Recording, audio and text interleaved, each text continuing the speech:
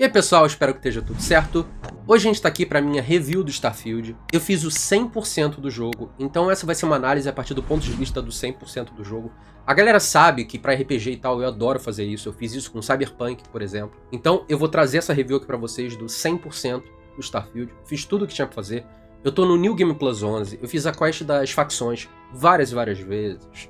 As side quests e tal, tudo o que tinha pra explorar. Eu explorei ao máximo o sistema de naves ali do jogo, que é um ponto muito interessante, tanto que eu fiz aqui o tutorial completaço de nave. Eu acredito que o tutorial do YouTube brasileiro meu deva ser o melhor, pelo menos eu tentei passar a maior quantidade de coisa possível ali naquele tutorial que tá cheio de bizu, facções e tal, dei uma porrada de dica. Então, hoje a gente tá aqui pra falar de tudo o que tem pra falar desse jogo, do que funcionou, do que não funcionou.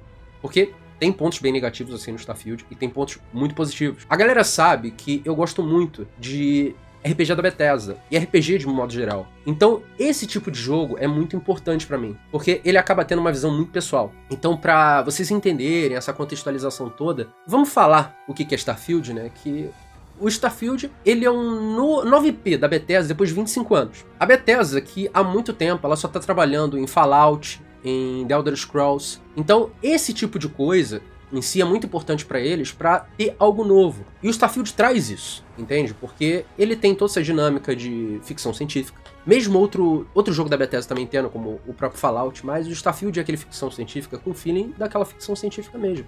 Você tem o espaço, você tem o futuro, você tem isso, você tem aquilo. É maneiro, entende? Não é só aquela realidade distópica de um mundo devastado pelo nuclear no futuro. É aquele ficção científica que você imagina a ciência. Então o Starfield, ele bate muito na tecla de você, pessoa que adora o gênero de ficção científica, ou tem um pouco daquela visão de explorador, você vê muitos sonhos ali na tela. Principalmente quando a questline principal, ela fala muito daqueles conceitos de astronomia. Então isso vai ser muito importante para muitas pessoas. Pelo menos para mim é. Esse foi um dos principais atrativos do que o Starfield é. E plataforma e tal, coisa assim. Starfield, ele é um jogo de RPG. É um RPG da Bethesda. Então vocês têm que saber muito bem o que vocês vão encontrar ali. O Starfield, ele não é um RPG hardcore. Ele é um RPG geralzão. A Bethesda, ela quer fazer aquele tipo de jogo pra galera que gosta de RPG e pra aquele pessoal que, às vezes, esse vai ser o primeiro jogo. Então, a Bethesda sempre tem esse papel de casualizar, né? Mas casualizar até aquele conceito que o jogo não deixa de ser um RPG, né? Que nem um próprio, sei lá, um Cyberpunk, assim, que tá mais pra um jogo de ação e aventura do que necessariamente pra um RPG. O Starfield não é isso. Ele é aquele jogo que é um RPG, mas ao mesmo tempo ele é muito acessível pro público geral. E Starfield, ele tem só pra computador e Xbox Series X e S. Que a Microsoft comprou a Bethesda, né? Então os jogos da Bethesda passaram a ser exclusivos. E não só comprou a Bethesda, né? Como comprou a empresa mãe, que é a própria ZeniMax, que tem a id Software, Tango, Gameworks e tal.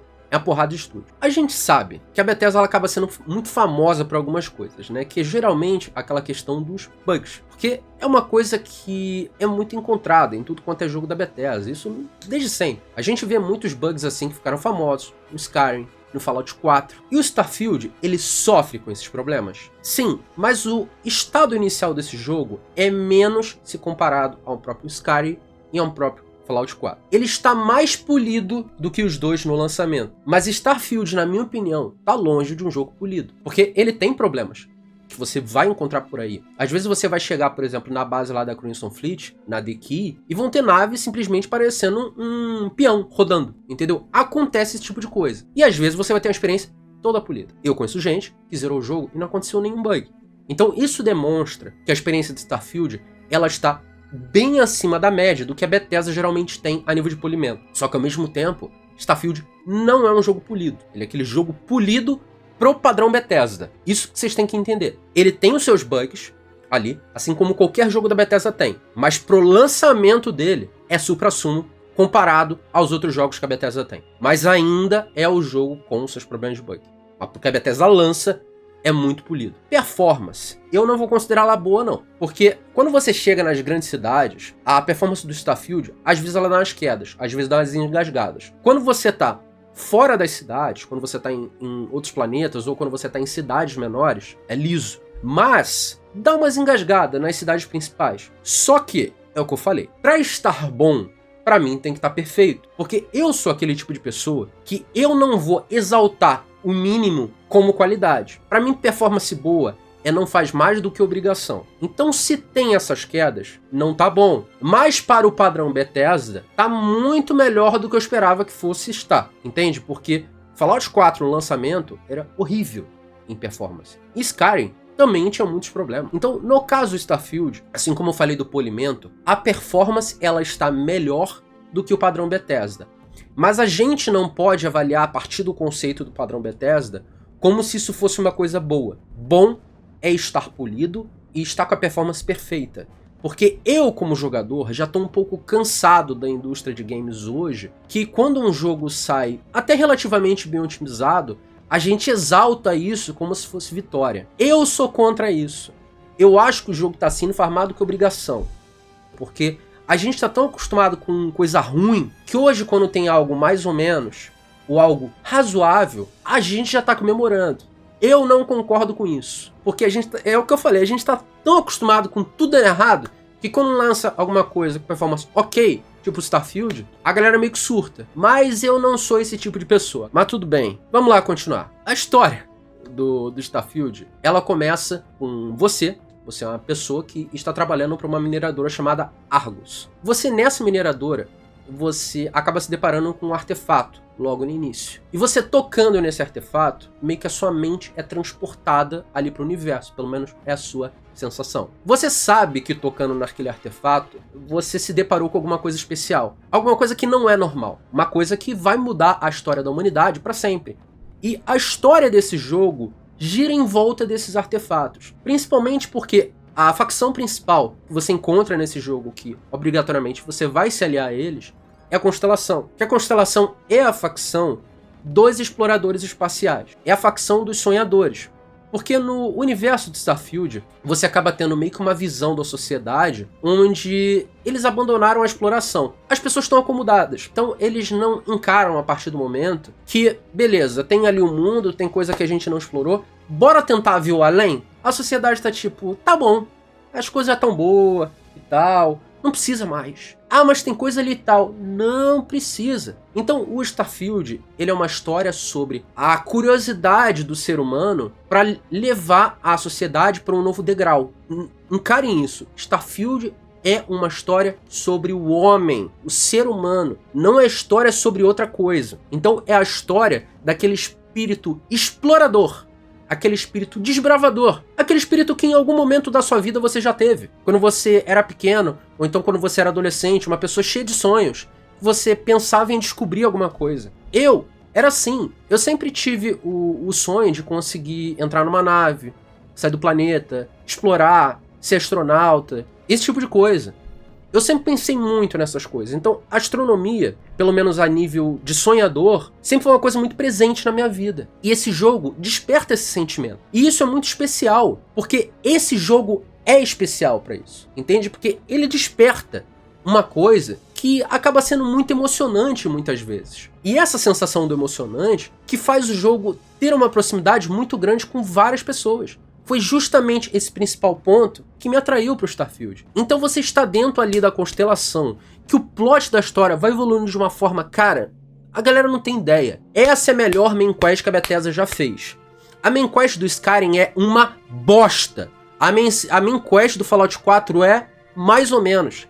A do Oblivion, melhorzinha. Mas, cara, a main quest desse jogo é brincadeira, entendeu? É brincadeira. Principalmente o New Game Plus desse jogo também é brincadeira. O New Game Plus faz parte do jogo. Mas eu não vou dar spoiler. Esse vídeo não tem spoiler. Mas, cara, a história desse jogo daqui é uma brincadeira. Porque ela tem aquele começo de você analisar as coisas. De você pensar. Tem gente que vai considerar isso lento. Eu não considero lento, não. Você tá ali no olho da tempestade. Porque vai chegar um momento que a história desse jogo, meu amigo, é uma porrada atrás da outra. É uma porrada atrás da outra. É uma porrada atrás da outra. Que história boa. Entendeu? Que história boa. Que história boa. Se vocês quiserem, vocês podem chegar e focar na história principal e depois vocês fazem outras coisas. Eu não tô nem falando pra galera ir pro New Game Plus. Nem tô falando isso. Mas, cara, a história desse jogo, jogue imerso nela. Eu aconselho se jogar essa história de uma vez. Não dá pausa, não. Se vocês forem fazer facção, coisa assim, faz logo. Se vocês forem fazer o sidequest, faz logo. Mas quando vocês forem jogar essa história, foca nela. Por isso que eu acho que, a nível de conteúdo, é um conteúdo que eu aconselho vocês fazerem primeiro. Porque é muito bom. Não é qualquer tipo de conteúdo. Não é qualquer tipo de coisa que eu tô falando. Eu estou falando de uma história do mundo dos games muito boa. Então, a main quest desse jogo é absurda. Então, pra quem gosta desse tipo de coisa, adora ver esses programas, sei lá, History Channel, não sei o que e tal, de exploração, astronomia, não sei o que, qual é o nosso papel no universo, qual é o nosso papel no mundo. Você tem esse espírito sonhador, esse espírito explorador. Você vê, sei lá, alguma coisa dos cosmos relacionados ali a Carl Sagan e tal, meu amigo. Esse é o seu momento. Da história do jogo, é isso que eu tenho pra falar, porque é pra hypar. Não é pra dar spoiler, não é pra acabar com esse tipo de coisa. Mas, cara, a sensação que você vai ter jogando a história desse jogo é isso. A história desse jogo é maravilhosa. Então foi isso daí. A nível de criação de personagem, eu confesso que é melhor do que eu esperava. Porque quando a gente tá vindo de um jogo que nem Fallout 4 e Skyrim, que a criação do personagem é muito limitada, ela tem muito pouca escolha, no Starfield parece que eles regrediram pra evoluir. Só que eles regrediram a partir do quê? Eles regrediram para jogos antigos deles. Jogos que beberam mais dos jogos de computador, dos CRPGs. Então, o Starfield, nesse caso, ele vai pro lado um pouco mais hardcore na criação do personagem. Porque você vai poder escolher uma série ali de habilidades e background. Isso, por incrível que pareça, define aspectos da sua campanha. Principalmente que no meu caso, eu coloquei o traço dos pais, né? A família presente. Que você tem os seus pais vivos. E você botar isso afeta diretamente ali no jogo. Os seus pais visitam. Às vezes, quando você tá viajando, você encontra eles. Às vezes, quando você vai numa boate, seus pais vão estar lá também. Teus pais te visitam no trabalho. Ou então, tá lá na constelação, às vezes teus pais aparecem lá. Além disso, você vai pra casa dos seus pais depois de você fazer alguma coisa muito absurda. Na Freestar, por exemplo, os seus pais sabem o que vocês fizeram. Porque eles acompanham as notícias, eles veem a televisão. Então, eles sabem que o filho deles tá fazendo coisa boa e mudando a humanidade. Então, é maneiro você acompanhar os seus pais reagindo a essa jornada. Torna uma experiência muito pessoal, porque você sente a família ali. É uma coisa que eu não esperava que eu fosse gostar tanto, mas é um traço que vale muito a pena. Eu super fã também, né, do Oblivion, né, o Adoring Fan. Olha, ele é chato. As recompensas não valem a pena, não. Ele é chato, não bota isso daí, não. Se quiser lá o Adoring Fan, bota, mas eu não recomendo muito, não. Mas é de traits ali pro personagem que eu recomendo: família presente, extroversão e DNA alienígena. Essa é a minha recomendação. O extroversão, você ganha bônus tanto de vida quanto de oxigênio a partir do momento que você tiver com um companion. Dificilmente você vai estar jogando sem companion, a menos que você goste de jogar que nem aquele Lone Wolf, sem companion nenhum ao jogo todos. Então, em vez de você botar extroversão, você bota introversão, né? E o DNA alienígena, por padrão, você tem vida e oxigênio melhorados. Só que poções, entre aspas, né, kits médicos, eles recuperam menos vida, né? Tanto esses kits quanto comida tem menos efeito pro seu personagem. Então é interessante você botar isso, porque vida e oxigênio no início do jogo é muito importante e tal. Então é esse tipo de atributo que eu recomendo. Mas se você não quiser colocar, por exemplo, do DNA alienígena, você pode botar o do capataz também, que ele melhora ali como é que fica a sua tripulação ali na sua nave. Só que ao mesmo tempo, para quando você for recrutar companions, vai ser mais caro. Chega um momento do jogo que dinheiro não é mais problema. Então ele é um atributo que não tem drawback nenhum. Porque a maioria dos atributos tem sempre os prós e os contras, né? Só que tem atributo que a gente sabe que no endgame, um pouco mais pra frente do jogo, não tem ponto contra nenhum. Recrutar companion é mais caro. O companion que você recrutar por 10, você recruta por 20 mil. Mas vai ter momento que você vai ter 1 milhão de créditos, entendeu? Então, tanto faz mesmo. Então, fica essa dica aí de perks maneiras e tal. E também você pode botar religiões ali pro personagem, tudo isso, e isso afeta como certas religiões vão interagir com você. Mas nada muito complexo, não. Você não tem interação alta, diversa, com nenhuma religião ali do jogo, nem a House of Varon, que é uma das grandes facções ali do jogo. E eu já tô começando aqui falando da House of Varon, porque agora a gente vai falar das facções, né? Porque as facções são um ponto muito importante aqui desse jogo. Porque, igual o Skyrim, você pode ser de todas as facções ao mesmo tempo. Você pode ser tanto lá da vanguarda, que é da United Colonies, você pode ser lá da Freestar Collective, que seria um Ranger, você pode ser da Hilde Industries, que seria a facção Cyberpunk, e você pode ser da Crimson Fleet, que seria a frota pirata, né? A frota escarlate.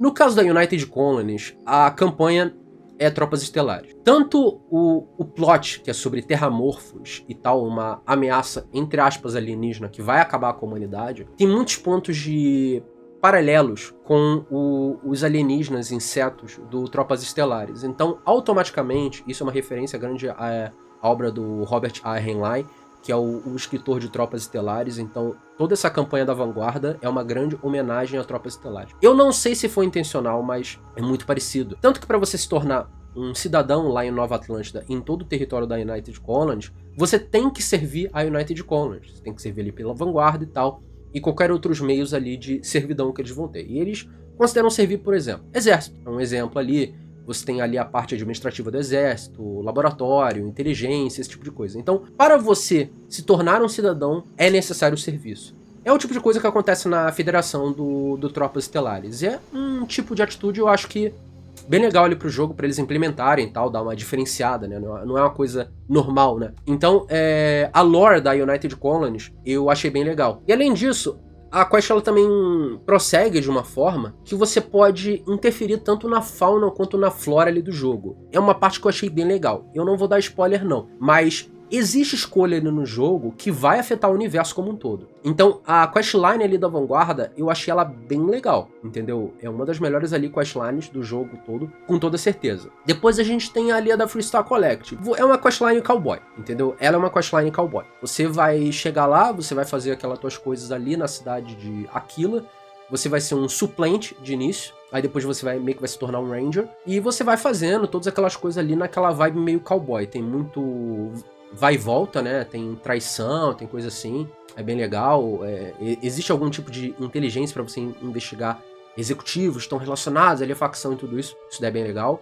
Você também tem a questline ali da Hyundai Industries, que, meu amigo, essa questline daqui é o que eu imaginava que o Cyberpunk deveria ser. Porque a questline da Hyundai Industries, você vai mexer muito com questões de sabotagem, tanto a nível empresarial quanto a nível menor escala, a ponto de suas decisões ali no jogo poderem fazer uma empresa deixar de existir, você mexer em alguma coisa que vai alterar a sociedade como um todo, implante cerebral, esse tipo de coisa. Então, a questline da Hyundai é exatamente Cyberpunk, entendeu? Só que ela trata esse mundo corporativo de uma forma densa que eu esperava que no caso ali do Cyberpunk, quando você escolhesse o background corp, background corporativo, fosse ter algo do tipo, e no final de contas não tem nada, entendeu? Então, essa questline daí é a questline que eu queria que o Cyberpunk tivesse quando a gente escolhesse ali o background corp, pelo menos pra alguma coisa ali da campanha, né? Porque background ali no Cyberpunk não serve pra nada. Nesse caso ali, serve, os backgrounds que eu falei alteram coisas ali do jogo, mas nesse caso, é muito importante, é muito interessante no meu background, que é Cyberita, né? Que é o background relacionado a hacker e coisa assim e tal, submundo, stealth e tal, que eu botei pro meu personagem. Cara, isso abriu várias opções ali de diálogos durante essa questline que eu achei bem legal mesmo. Tanto que até certos personagens que em outra run que eu fiz não mostraram tanto respeito pro meu personagem, nessa run mostraram, porque o meu personagem já tinha experiência com aquilo, ó, desde cedo, porque é o background dele. Então, eu achei legal. Tem a questline da Crimson Fleet, que, meu amigo, essa questline e a da Hyundai estão muito acima das outras.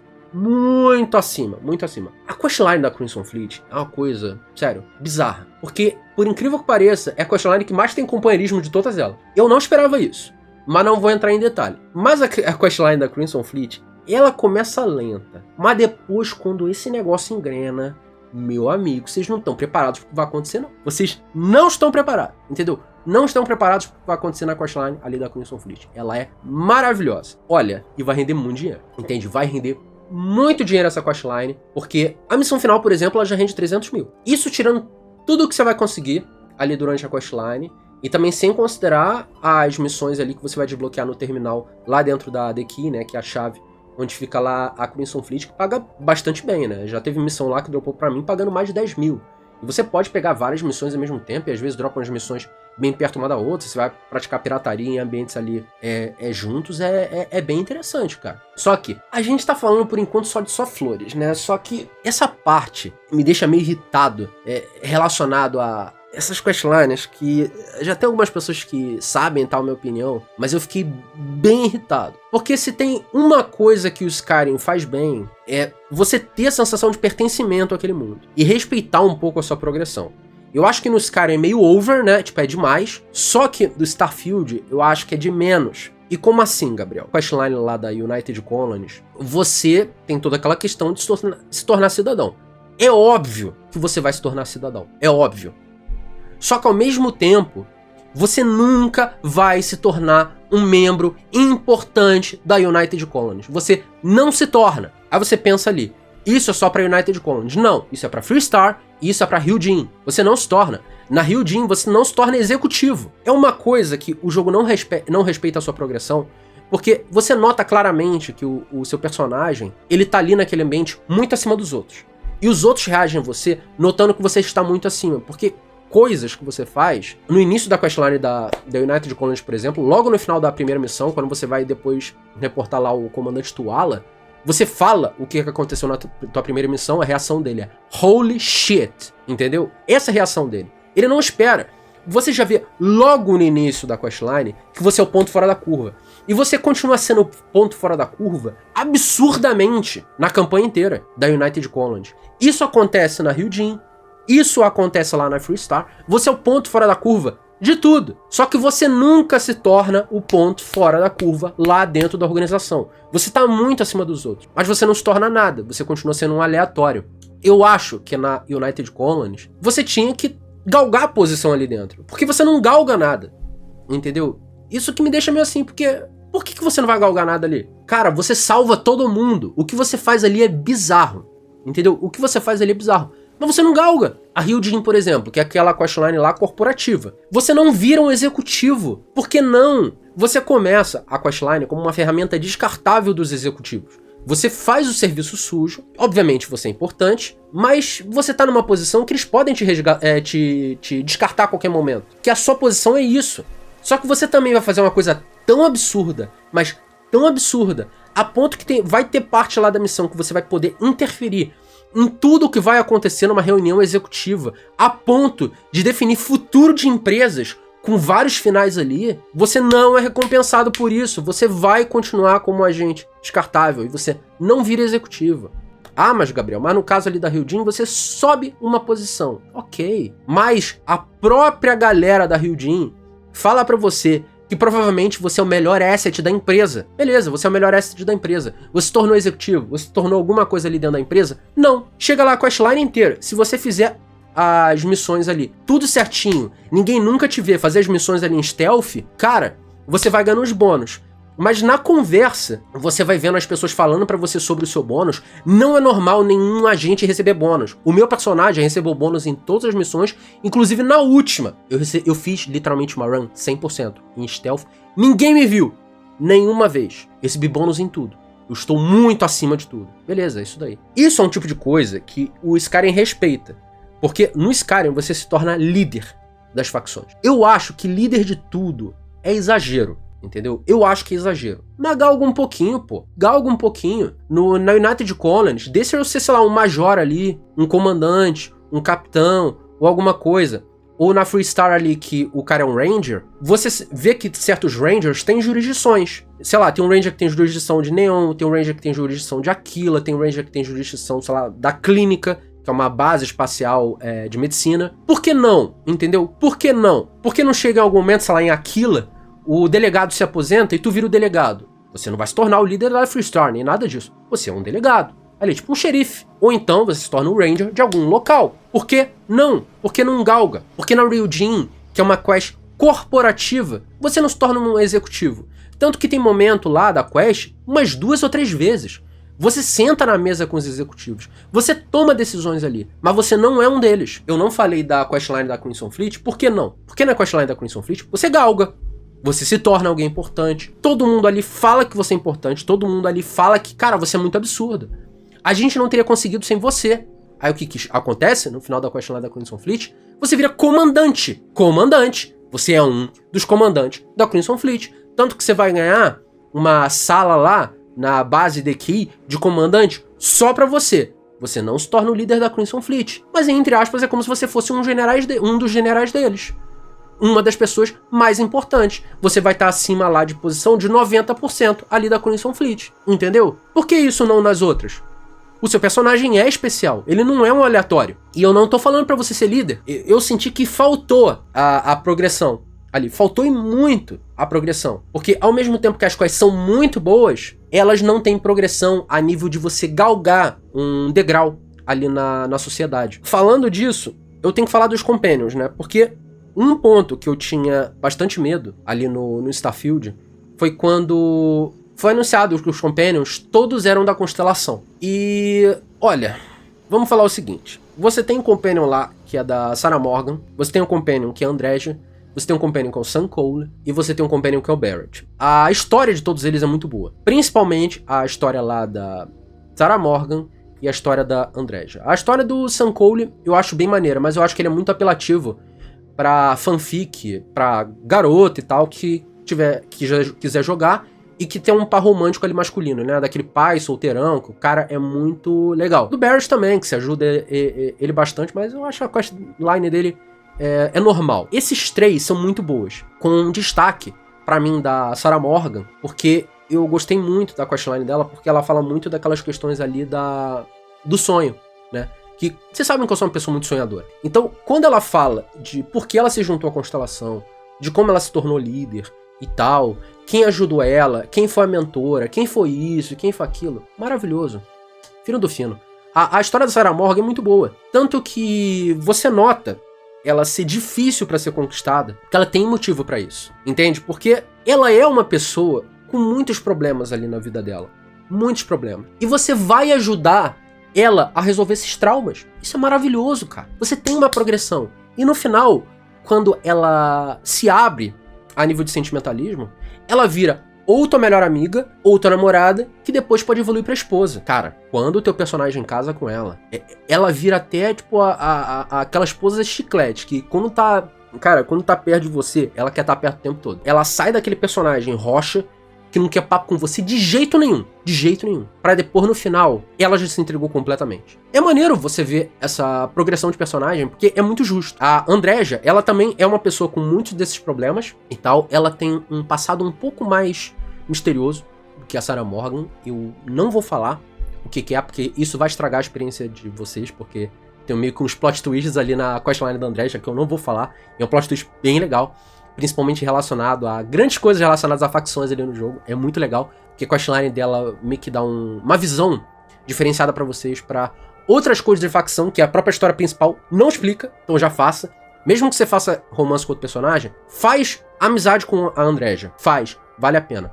O romance de casamento dela também é muito bom, mas recomendação, religião, o feed. Vai dar mais opção ali no relacionamento com ela, e ela vai ficar mais ok com você. Então, na criação do personagem, se quiser uma dica aí, bota lá o feed como religião, que isso daí já é um bizuzinho da Andreja. E no caso lá da Sarah Morgan, a Sarah Morgan é iluminista.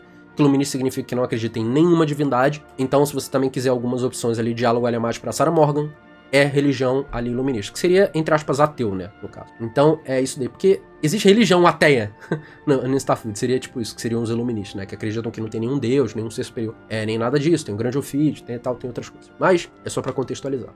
Sam Cole é aquilo que eu falei. Pra garota de plantão, ele é o homem perfeito, né? Aquele solteirão, tem a filha e tal. Cara que aconteceu males da vida por algum motivo. E o cara perfeito, a filha também é muito boa e tal. E as garotas vão ficar doidas. O Sam Cole é isso, acaba sendo até um pouco estereotipado. Mas ele é um cara bem legal. E o Barrett também é um cara bem legal. Vale a pena fazer amizade com todos eles. Só que, igual a facção, eu acho que tem um problema muito sério com o Companion de Starfield. Que é a falsa sensação de escolha. Por causa do seguinte... O Starfield é um jogo que ele preza muito pela liberdade das coisas que você pode fazer. E você tem muita liberdade nas coisas que você pode fazer, tanto até em escolhas em side quests e tudo isso e tal. Você pode ser um salvador e um mega filho da mãe ao mesmo tempo. Só que o problema é quando você bota todos os companions principais desse jogo com um alinhamento parecido. Se eu chegar lá, eu tô cometendo ato de pirataria ali no jogo, e eu destruo uma nave inocente, todos os companions querem deixar a minha tripulação. Mas por quê? Porque não tem um companion bom, um companion mau, um companion neutro. Pra eu chegar ali no jogo e eu seguir uma rota full pirataria, full crime, eu sou obrigado a chegar na minha tripulação e botar a tripulação 100% genérica. Ou 100% com um companion que não é main companion. Tipo, sei lá, companion que você pode recrutar da Crimson Fleet. Tem 2 que você pode recrutar. Tanto que eu já mostrei isso, já tem vídeo e tal. Você pode recrutar. Mas, pô, eu sou obrigado a deixar uma tripulação inteira de companion que não tem história principal você não pode criar vínculos, é zoado. Por que você não botou Companion House of Varon, que ele tem uma coisa, Companion Freestar, que é uma coisa, Companion United Colonies é uma coisa, Companion com a Crimson Fleet outra. E olha, e das coisas que eu falei assim relacionadas a background, até que tem. Sarah Morgan lá, United Colonies, o Sen ali é da Freestar e tal, mas o problema é que eles não mantêm um alinhamento diferente. Por exemplo, o Sen poderia ser um cara neutro. Ele tá naquela região lá da Freestar que não altera nas liberdades individuais nenhuma. É só você não intervir na vida dele que ele não tá nem aí. No jogo ele não é assim não. Você cometeu um ato de maldade, meu Deus, acabou. A Sarah, a mesma coisa. A Andréja, a mesma coisa. E a Andréja que tem todo aquele ar de mistério, ela é meio bruta, ela gosta quando você usa intimidação pra conseguir as coisas e tal. Mas ai de você resvalar uma mão contra um inocente. Tá ferrado. O Barrett é a mesma coisa. E o Barrett é um cara meio, tipo, whatever. Isso não pode. Eu acho meio zoado, entendeu? É uma coisa específica? É. Mas eu acho que quando você pega um jogo a nível desse roleplay, é interessante pelo menos você deixar o jogador ter uma liberdade maior com os companions, porque senão você vai deixar todo mundo ali. Porque a gente já entra nisso daí da sensação de viver o mundo, porque, pô, vocês estão vendo aqui que eu tô falando que os companions, eles interferem diretamente naquela sua sensação de viver ali de mundo. Porque você não pode fazer o que você quer. Você pode e não pode. Porque se você quer aproveitar todo o sistema de companions, você não pode fazer o que você quer, entende? Então você torna meio que inútil algumas mecânicas. Porque você só pode aproveitar totalmente elas, ou se você se abnegar de alguma coisa, ou você ser obrigado a seguir por uma rota que o jogo quer que você siga. Qual a rota que o Starfield quer que você siga? Que você seja bonzinho. Se você for da Crimson Fleet, você não vai matar inocente. Se você for da Crimson Fleet, você só vai cometer coisa leve. Ou você não vai fazer side quest pirataria. Só que tem um problema. Quando você vai fazer side quest pirataria e você conseguir roubar a carga de alguém sem destruir a nave dessa pessoa, qualquer coisa do tipo, você só chega lá, aborda a nave e fala, passa a carga, e o cara passa, vai ter uma recompensa na sua cabeça. Você não vai ter como pousar depois num planeta da facção local onde você roubou aquela pessoa, porque tem um prêmio na sua cabeça. Então, e como é que você foge? Ou saltando, ou destruindo as naves que estão te perseguindo. E nem sempre dá pra saltar. E se você destruir uma nave que tá te perseguindo, que vai ter inocente dentro, porque dentro da nave tem polícia e tal, coisa assim, toda a sua tripulação quer te abandonar. Não, isso é um absurdo. Não concordo com você. Você matou o inocente, não posso estar com você. O jogo encara dessa forma. Então, o seu relacionamento com a tripulação é muito impositivo. Ele é muito punitivo. Coisa que o Skyrim e o Fallout 4 não são. Os companions do Fallout 4 e do Skyrim dão pitaco. Eles, você pode tomar ações que eles não gostam. Mas não é tão exacerbado. Eu cito, por exemplo, a Piper. A Piper entre aspas, seria a primeira companion, né? Que você vai pegar ali no Fallout 4. Só se você seguir fora da rota principal que você vai acabar pegando outro. Senão uma Curry e tal, uma Kate e tal. Mas o ideal é a Piper, né? Que seria o normal, né? Logo quando você chega na primeira cidade. A Piper odeia os vilões ali do Fallout 4, né? Que raptam pessoas e tudo isso e tal. Obviamente, tem como você se aliar ao vilão no Fallout 4. A Piper sabe disso, sabe que você tá se aliando. Ela fala, eu não concordo com isso e tal, olha bem o que você tá fazendo, não é o ideal e tal, mas eu confio em você. Ela vai aparecer lá que ela não aprova suas ações, mas ela continua com você, pô. Ela continua. Você faz aquelas ações moralmente totalmente duvidosas, mas ela vai ficar do seu lado. Pra acontecer uma besteira, demora, não é tão imediato, pô. O Starfield, se fez uma besteira alta, é no ato, a tua tripulação inteira te abandonando. A Sarah Morgan, você pode ter casado com ela, se fizer um negócio desse, você vai ter que passar numa checagem de persuasão pra ela não te abandonar, pô. É zoado, cara. Eu acho muito punitivo. Tanto que isso interfere na sensação de vivência, porque no Starfield você pode ter casa, você pode ter apartamento, você pode ter todo esse tipo de coisa. E uma coisa que tinha muito no Skyrim é você sentir que você tá vivendo aquele mundo, né? Como se fosse uma segunda vida. Porque ao mesmo tempo que você tem um RPG, você acaba tendo aquele roleplay natural que você vai vivendo aquela vida ali, né? O Starfield, ele perde muito isso nesses detalhezinhos. Porque eu sou uma pessoa que eu prezo muito por isso. Então, eu prezando muito por isso, ele tira aquela sensação que eu tô vivendo a minha história. E com os companions que eu gosto. Você pega ali no Skyrim, por exemplo, você chega lá, você tá lá em Whiterun, você vira o Thane lá de Whiterun e você ganha Breezy Home, né? Ou então você chega lá em qualquer outra cidade e você ganha alguma outra casa. Você pode comprar lá a casa lá de Solitude, o Windhelm e tal, o Winterhold, Geocrif e tal, o negócio todo. Você pode comprar o que for, Markarth e tal. Você pode comprar. Só que aquilo pode virar a sua casa definitiva. Você pode adotar uma criança lá, e você fala em qual casa que você quer definir como tua principal.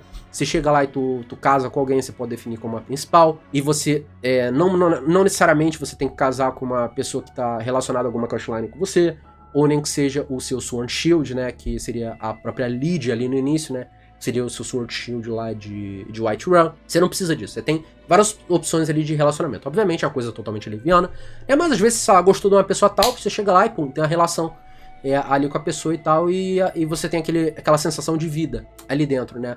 No Starfield é limitado aos 4 Companions assim, e todos os Companions têm um alinhamento muito parecido. Só que, quando você chega e fala que você não quer mais aquele Companion como Companion ativo, você quer andar com outra pessoa, se o Companion tiver designado a sua nave, ele vai voltar à sua nave. Se ele não tiver designado a sua nave, ele vai voltar lá pra guarita, né? Que os Companions principais, todos eles ficam ali na guarita. Por que eu não tenho opção de designar ele pra minha casa? Isso não apareceu pra mim. Eu achei zoado. Porque, sei lá, eu tenho uma cobertura lá em Nova Atlantis. Eu tenho. Essa cobertura tá relacionada lá com a questline lá da United Colonies, a questline da Vanguarda. Você pode ganhar essa cobertura lá, porque você vira um cidadão, pô, e depois você tem o direito, né, a comprar casa e tudo isso e tal, e a cobertura você ganha na questline. Você consegue comprar casa lá no poço, e a cobertura você ganha no final da questline lá da United Colonies. Você não é spoiler, estou falando da recompensa, né, assim como a da Freestar você ganha a nave muito boa, vale muito a pena você fazer. Pô, aí você não define isso, você tira a sensação de viver naquele mundo. Então, você a todo momento, você tem uma quebra de imersão, que você nota que o jogo quer puxar sua mão para um lado. Eu acho que isso é um ponto negativo, porque, poxa, ao mesmo tempo que esse jogo faz coisa muito melhor do que Skyrim, esse jogo faz coisa muito melhor do que Fallout 4, tem coisa que ele regrediu e que eu não gosto, que é aquela sensação de eu me perder ali dentro do jogo. Então eu acho que o Starfield, ele não vai ser um jogo que vai envelhecer como um vinho igual o Skyrim. Eu acho que não vai. O Skyrim é obra-prima, indiscutível. Estou falando na minha opinião, né? O Skyrim é aquela obra-prima, aquele supra-sumo, magnum opus, um dos melhores jogos de todos os tempos. O Starfield não tá nessa prateleira, nem de longe. Então, vamos lá. Vamos falar da exploração, né? Porque senão eu vou perder muito tempo falando dessa sensação de mundo, porque o vídeo já tá muito grande, né? Que eu já tô gravando aqui, já tem 40 minutos. A exploração. Olha, você tem aquela coisa assim tal, que a galera comparou muito com No Man's Sky, mas a exploração do Starfield é que ele não fede nem cheira, cara. Eu sendo bem sincero. Você chega lá, você vai pegar recurso, você vai matar animal, você vai pegar coisas que estão ali no animais, tipo recurso orgânico, aí você vai minerar pedra, você vai pegar recurso inorgânico, mas é mais coisa que você vai fazer assim pra craft em si. Porque os planetas, você vai ter aquelas distâncias todas assim tal, que você vão ter dungeons e coisas assim que você acha nos planetas, mas eu não acho a exploração grande coisa não. Pelo menos ali em nível de planeta. Eu achava interessante a exploração como ela acontecia tanto no Skyrim quanto no Fallout 4. Aquela coisa muito plana, que você vai indo, não tem fim, e vai indo, e você vai achando várias coisas no caminho, né?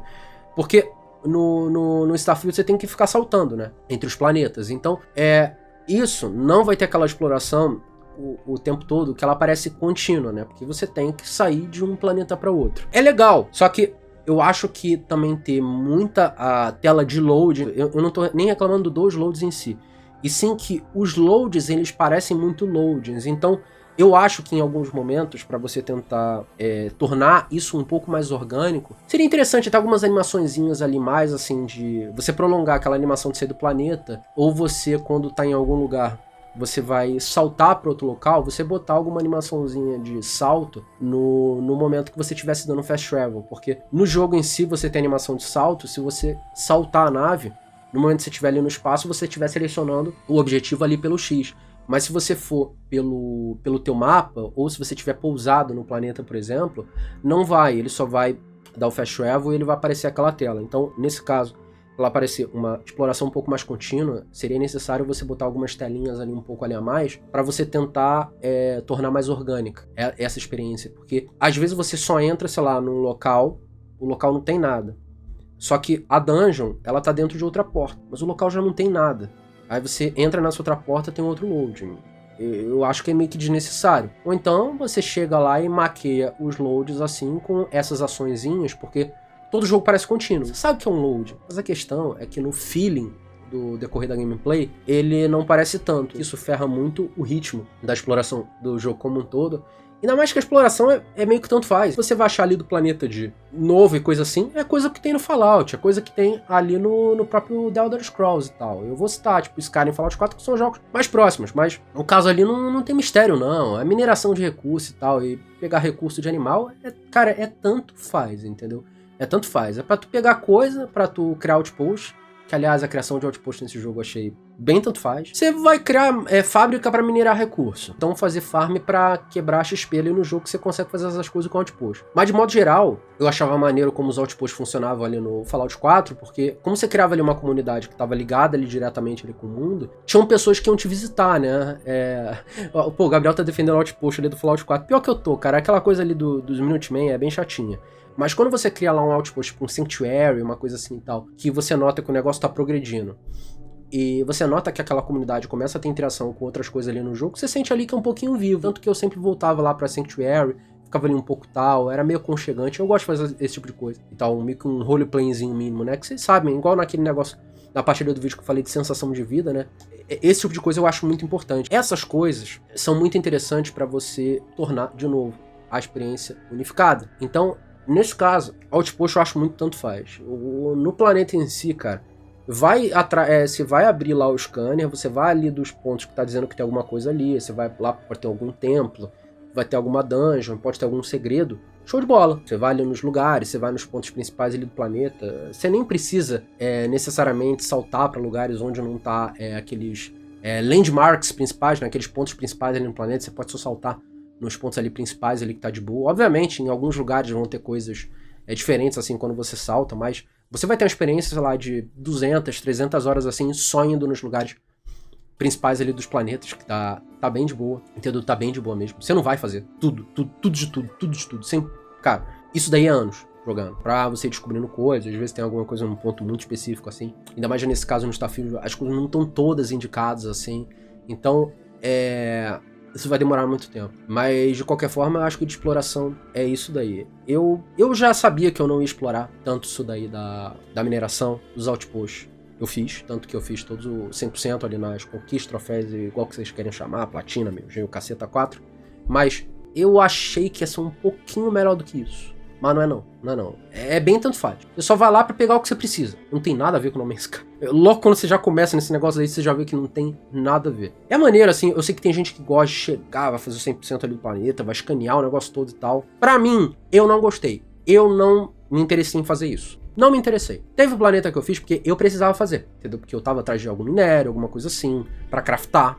Porque eu fiz todas as pesquisas ali de crafting, ali do jogo, eu craftei o que dá pra craftar, entendeu? Mas, nesse caso, eu não tava fazendo exploração porque era necessariamente, eu tenho prazer nisso. Não, eu tava fazendo porque eu precisava fazer. Então, são coisas bem diferentes. Isso fica claro. Mais de uma mecânica nova, que aí, meu amigo, o negócio é maravilhoso. Nave. Olha, a galera sabe. Eu me tornei engenheiro espacial nesse jogo. Putz grila, cara. Olha, a mecânica de construção de nave nesse jogo. Nossa, que coisa maravilhosa. Entendeu? Mecânica de construção de nave, eu ficava horas e horas só construindo nave. É muito bom fazer nave nesse jogo. Nossa senhora. É muito bom. Meu amigo, que treco bom. Fazer nave nesse jogo é maravilhoso. A mecânica de construir nave é complexa, que você tem que ver onde ponto tal encaixa, onde aquilo encaixa, onde fica na cabine, onde fica isso, onde fica aquilo.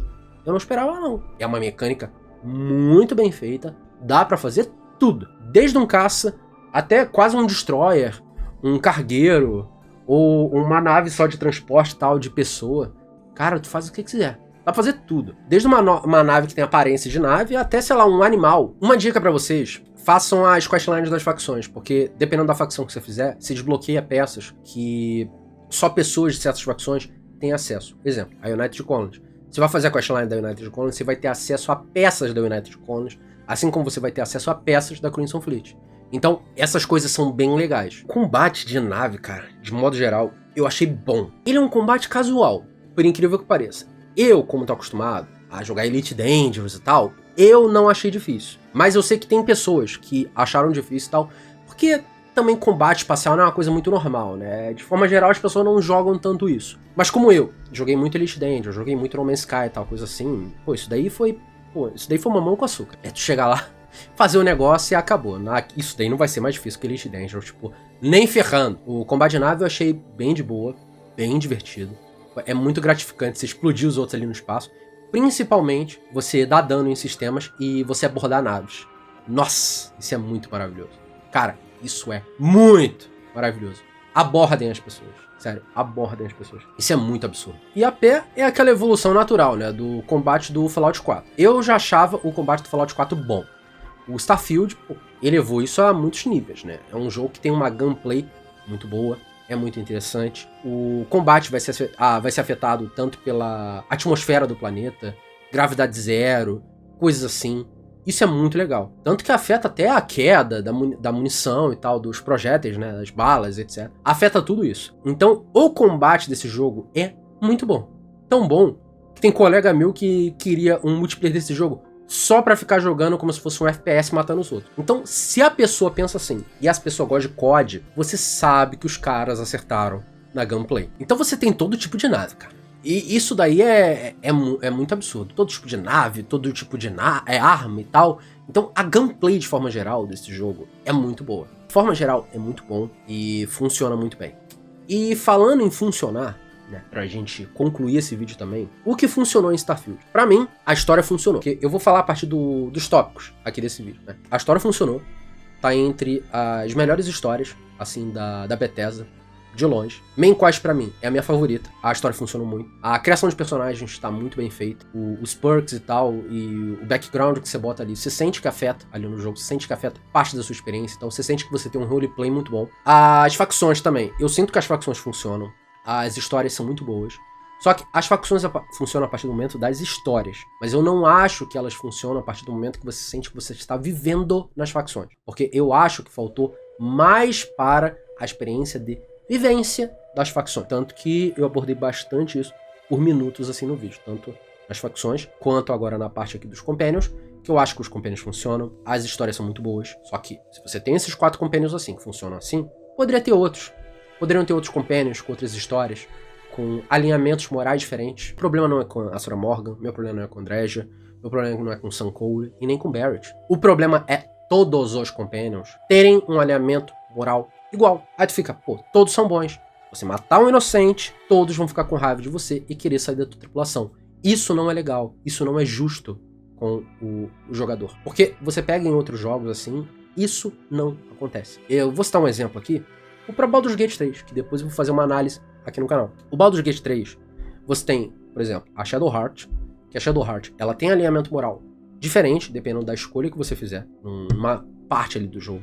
Você tem a Lae'zel, você pode cometer atrocidade ali à vontade, mas ela tem a moralidade dela, ela não é uma pessoa ruim. A Mintara, pouco se lixando. A Karlach, totalmente boa. O Halsin, totalmente bom. O Will, totalmente bom. O Minsc, mais ou menos, e tal. Então, você tem uma gama de companions diferente. O Astarion, por exemplo, também, outro que eu não citei. Ele é uma boa pessoa, mas se tu controlar os outros, cometer crime, não sei o que, tá de boa. Olha, eu sou contra inocente morrer. Mas se tu estiver fazendo, ó, que se dane, eu viro o rosto. Se tiver ali na minha frente, tal, numa situação que vai me afetar, eu vou salvar, eu vou gostar de salvar. Eu gosto de ver as pessoas bem. Mas se a gente estiver matando, tá tudo bem também. Aquela famosa hipocrisia, né? É maneiro, pô. Você tem uma gama de personagens assim. Eu senti falta disso em Starfield.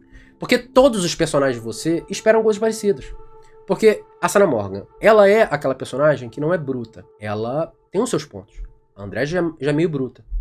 Mas as duas são puras em bondade, pelo menos do que esperam de você, esperam das suas ações. Mesmo a história delas sendo diferente. Eu esperava que fosse ter mais diferença, e não tem. O que eu falei, poderiam ter mais companions, que esse foi o meu principal medo quando o Starfield foi anunciado com 4 companions principais. E que também, um ponto aqui, que eu não falei na minha parte dos companions, eu achei que o Matthew lá e a Noelle ficaram muito subutilizados ali no jogo. A Noelle, que é a aprendiz da Sarah Morgan, a aprendiz da Sarah Morgan muito inutilizada, e o Matthew, que é o cara mais religioso ali da constelação, né? Que ele acredita que as coisas têm uma explicação maior assim e tal. Eu achei os dois muito subutilizados, entendeu? Muito mesmo. Eu pensei que eles fossem ter um protagonismo maior assim na história, personagem de escanteio. Tanto que quando foram anunciados os companions que você poderia ter romance, eu imaginava que o romance seria com a Noelle, nem com o Andreja em si. Porque não tinha sido confirmado quem que seria com quem o romance, né? Então, que vocês pegarem meus vídeos iniciais aqui do canal, eu vou falar da Noel e não da Andrésia. Depois a gente viu que é a Andrésia com o romance e não com a Noel. Eu achei ela muito subutilizada, assim, tal. Ela é, no máximo, uma personagem só pra passar briefing e de missão, e é só isso. Eu achei ela muito subutilizada. Eu tô sendo bem sincero. Eu achei ela muito subutilizada. Aí, relacionado à sensação de viver no mundo, é o que eu falei, não funciona, né? Não funciona mesmo. A exploração, tanto faz. Outpost, não fede nem cheira. Nave, funciona muito bem. Eu achei absurdo. Uma das melhores mecânicas, assim, do jogo. Eu me perco por horas criando naves. Direto. Eu acho nave maravilhoso. Cara, dá pra criar um jogo só disso. Mecânica de nave é maravilhoso. Tanto que é o que eu falei. Eu fico por horas só fazendo isso. Combate, obviamente, funciona. A gameplay é muito boa. A gameplay espacial, quanto a gameplay no solo. Ela é muito boa, você controlar a nave, matar os outros e tal, não sei o que. É muito gostoso de fazer. E a minha conclusão do jogo, cara, o Starfield é um jogo muito bom, mas tá longe de ser essa obra-prima. Starfield não é uma obra-prima, definitivamente não é. Starfield não é uma obra-prima. Ele é um jogo bom, ele é um jogo muito bom, mas ele não é um jogo pra ficar entre os melhores jogos de todos os tempos. Não é. Tanto que, inicialmente, eu tinha até botado Starfield no meu top 10, mas conforme eu fui aprofundando nas mecânicas de role-playing, nos últimos dias e tal, pra fazer esse vídeo aqui, tiveram algumas coisas que me irritaram. Então, o Starfield definitivamente não vai ser um jogo que, na minha cabeça, ele vai envelhecer igual um Skyrim. Não vai. O Skyrim envelhece que nem vinho. Quanto mais tempo passa, ele fica melhor. Definitivamente não é. Mas é um jogo muito bom. Pra caramba. Indiscutível. Tanto que vocês viram aqui que eu falei de uma porrada de ponto positivo. Que eu acho que tem que ser. Mas desses jogos ficarem marcados pra história, eu acho que não. Starfield 2, quem sabe? Porque eles vão pegar o feedback desse jogo e fazer um produto melhor. Indiscutivelmente. Mas o que ele melhorou de Skyrim e Fallout 4, ele regrediu em outros pontos. Então, eu acho que, ao mesmo tempo que ele tá longe de ser uma obra-prima, ele também ficou muito perto de ser. É meio paradoxal isso daí, mas a galera vai pescar no que eu tô falando. Ele errou o alvo, mas, na nossa mentalidade, tava muito próximo de acertar. Ele errou, mas tava próximo. Quase chegou lá. O 2 provavelmente vai ser. Se eu tiver vivo até lá, né? Porque agora é The Elder Scrolls 6 e depois é Fallout 5. Mas né? Quando eu tiver com filho crescido, né? Que eu vou jogar Starfield 2. Mas não chegou lá. O Starfield, ele supriu aquela minha expectativa de melhor jogo de ficção científica de todos os tempos? Não. Isso chama Elite Dangerous, pra mim. Pra ficar, sei lá, no meu top 20 ele fica. Mas no meu top 10, que tem KOTOR e tal, ao longo dos anos não vai ficar, não. Hoje fica, porque eu tô muito empolgado e tal, que o jogo acabou de lançar, tá muito recente. Mas eu tenho noção que tipo de pessoa eu sou. Eu tenho noção, daqui, sei lá, 1 ou 2 anos assim, vai ter algum jogo que vai entrar naquele lugarzinho lá, vai. E pra quem tem curiosidade aqui do meu top 10 hoje, eu vou falar aqui do quais jogos que são. Meu top 10. Não em ordem de mérito, ok? É só top 10, vocês botem na ordem que vocês quiserem. Eu não vou entrar nessa polêmica aqui. Meu top 10 hoje é Fallout New Vegas, Skyrim, Baldur's Gate 3, Starfield, Cyberpunk, Red Dead 2, Elite Dangerous, KOTOR, Mass Effect e Shining Force 2. Shining Force 2, sim, aquele JRPG antigaço, lá do Mega Drive. Meu top 10 é esse. Cyberpunk, por exemplo, já teve numa posição bem maior.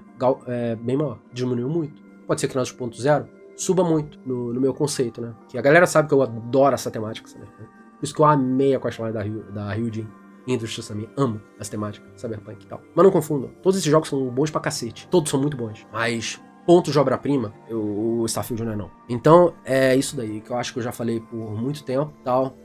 Tem aqui minha opinião sobre Starfield. Pelo menos eu não sei quanto é que vai estar no vídeo final. Mas na gravação, nesse exato momento, tem 1 hora e 6 minutos. Então, vamos ver como é que vai estar ali no vídeo final. Então é isso. Eu espero que vocês tenham gostado aí do vídeo. Não se esqueça de deixar aquele like maroto que ajuda muito na divulgação do canal. Não esqueça de se inscrever, clicar no sininho para não perder notificações dos vídeos. E também deixe nos comentários o que vocês acham sobre esse assunto. Vamos debater, que esse é o ponto mais importante aqui do canal, que a gente tá falando sobre Starfield e tal. Bora debater, de boa. Assim como eu falei, o jogo é muito bom. Eu recomendo demais, recomendo pra caramba que vocês joguem aí o jogo. E se vocês quiserem dar uma... Ainda mais que tá no Game Pass, né, cara?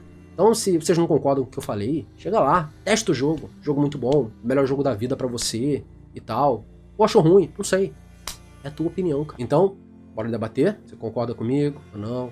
Tal. Isso é uma experiência muito pessoal, né? Assim como esse vídeo daqui também é muito pessoal, esse vídeo daqui é a minha opinião. E é isso daí. Então, também se vocês quiserem dar uma ajuda maior, tem os links aí da Very Hard Games aí na descrição, que é a loja parceira aqui do canal. Vocês conseguem comprar Xbox Game Pass Ultimate muito mais barato com eles do que com a Microsoft. Você consegue comprar jogos em várias vezes sem juros. Consegue comprar gift cards ali do PlayStation, Nintendo e tudo isso. A Very Hard Games, além de ter outros serviços para assinatura, ela também tem os produtos aí da Nintendo, PlayStation e tudo isso. Então, É isso daí. Tamo junto e vamos nessa!